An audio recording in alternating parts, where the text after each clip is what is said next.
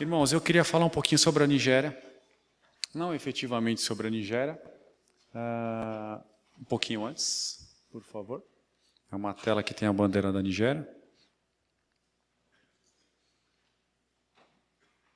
Foi um pouquinho mais para frente.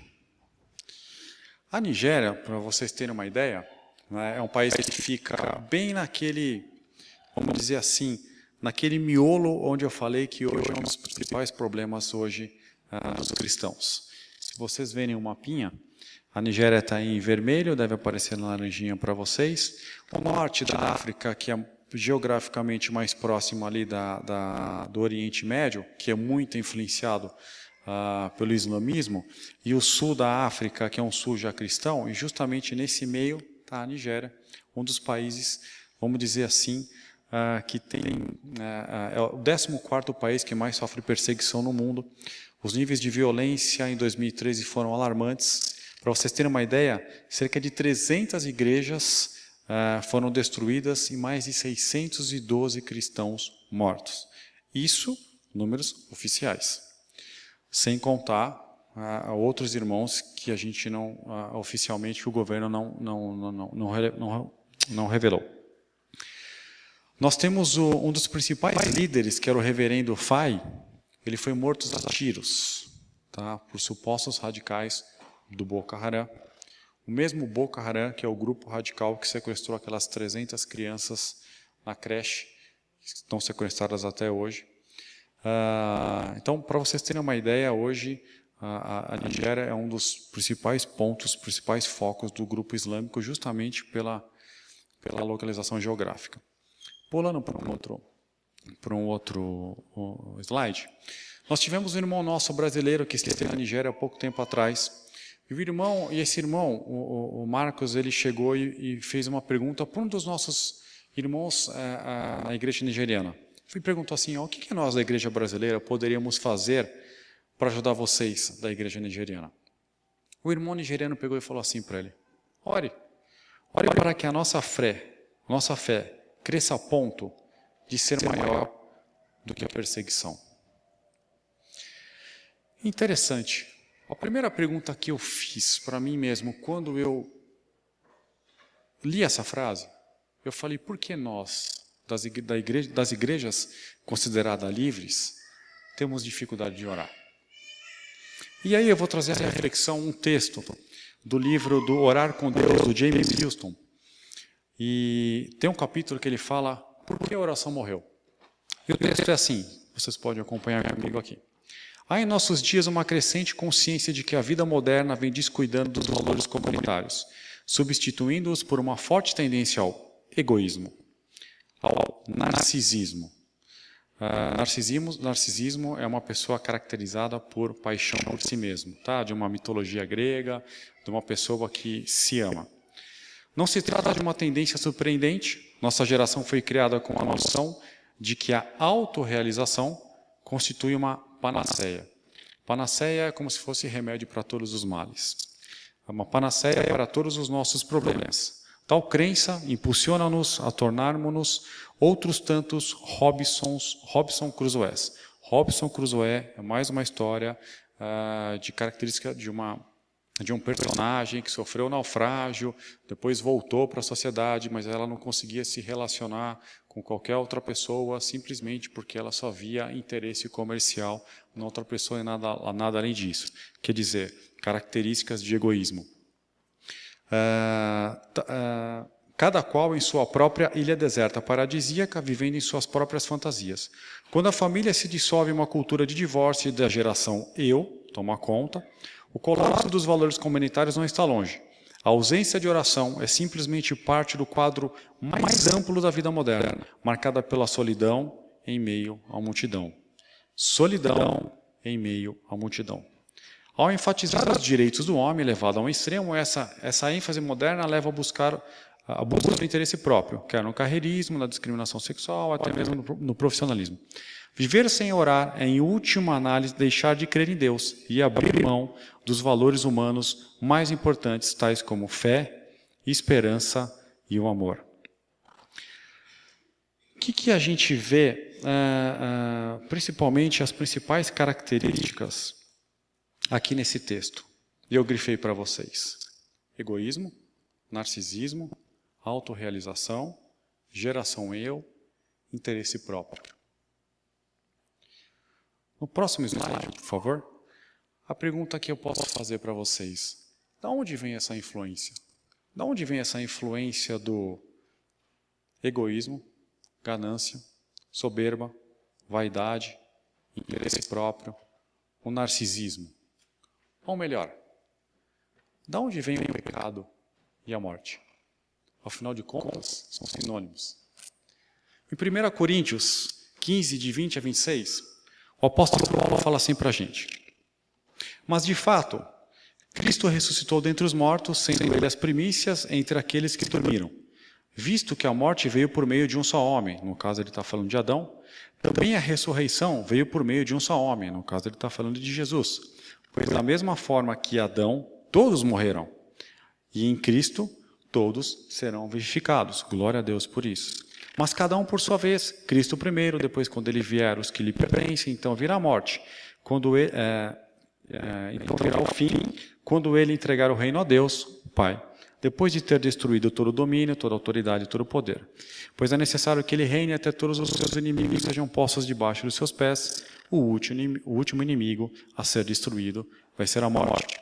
Aqui o apóstolo Paulo está falando para a gente que o pecado veio por um só homem, né, lá em Gênesis, e que Jesus Cristo consertou todas as coisas. Foi através de Jesus Cristo que ressuscitou, que venceu a morte, que vai nos fazer vencer a morte futuramente, não sei quando. Então, a segunda pergunta que a gente pode fazer para responder por que dessa sociedade moderna, por que hoje a sociedade moderna é tão egoísta, qual foi o pecado original de Adão?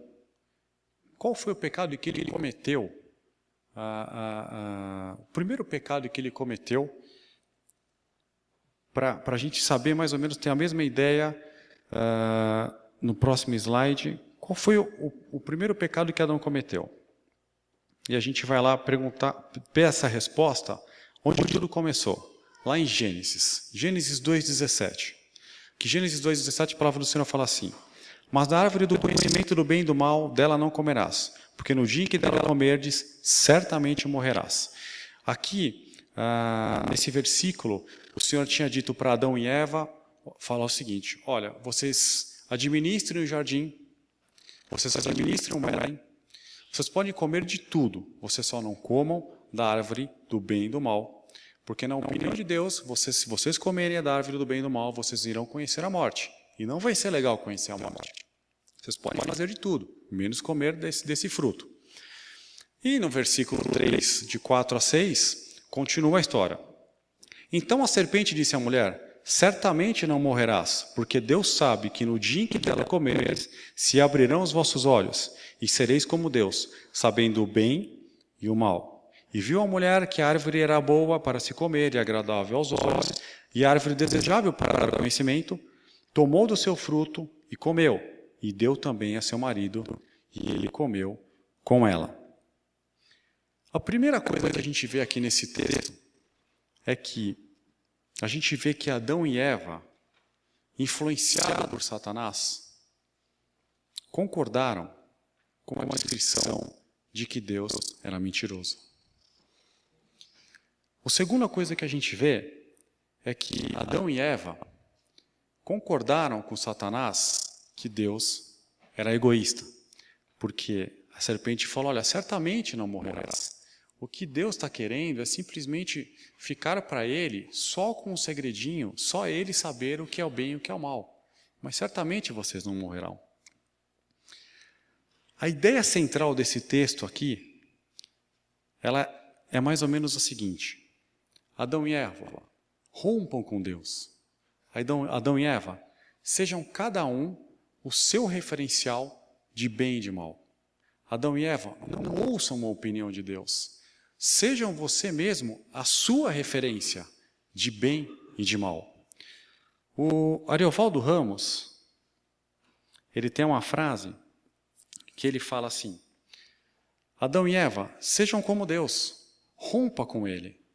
Seja cada um seu próprio parâmetro do que é bem e do que é mal.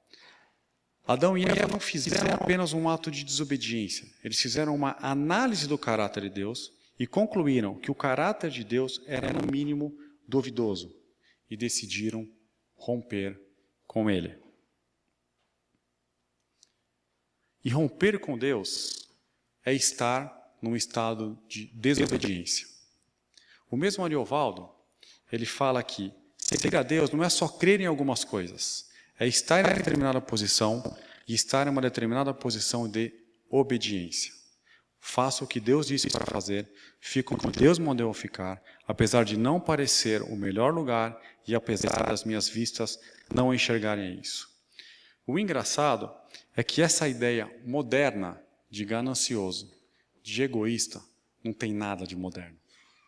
Essa ideia é desde a fundação do mundo.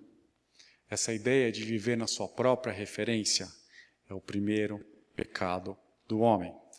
A gente desconsiderar Deus da nossa vida é o primeiro pecado do homem. Viver nessa sociedade onde a gente vive hoje, Adão e Eva já fizeram isso, já testaram isso há muito tempo atrás. O James Houston, ele fala que, que a gente sempre tem três vozes, a gente sempre ouve três vozes. Desde a criação do mundo, obedecemos a três vozes. A nossa própria voz adâmica, a voz caída, com atitudes egoístas, com atitudes desobedientes. A gente ouve a voz da serpente, que é a voz de Satanás, intensificando essa nossa voz egoísta e falando que ser como ele, desobediente, rebelde, é a melhor forma de se viver. E nós temos uma terceira voz, que é a voz do Espírito Santo, que é a voz de Jesus, nos chamando para viver em amor, em misericórdia e em sacrifício. E a pergunta que a gente faz aqui, se é que eu convenci vocês que nós vivemos de forma egoísta, de olhar só para o nosso próprio umbigo, é: como é que nós fazemos para não sermos egoístas? Como é que nós fazemos para fugir de viver dessa forma? E a resposta é simples, meus irmãos. A resposta é: vamos seguir os passos de Jesus. O Senhor Jesus Cristo, em Mateus 6,13, na oração do Pai Nosso, ele falou assim: e não nos deixes cair em tentação, mas livra-nos do mal. Essa conotação do livra-nos do mal, muitas vezes dá uma conotação de: Senhor, não me deixe ser assaltado. Senhor, não me deixe bater no meu carro. Senhor, não me deixe roubar as coisas. Mas a conotação real de Senhor, livra-nos do mal é: não deixe-me cair em tentação, é não me deixe fazer o mal.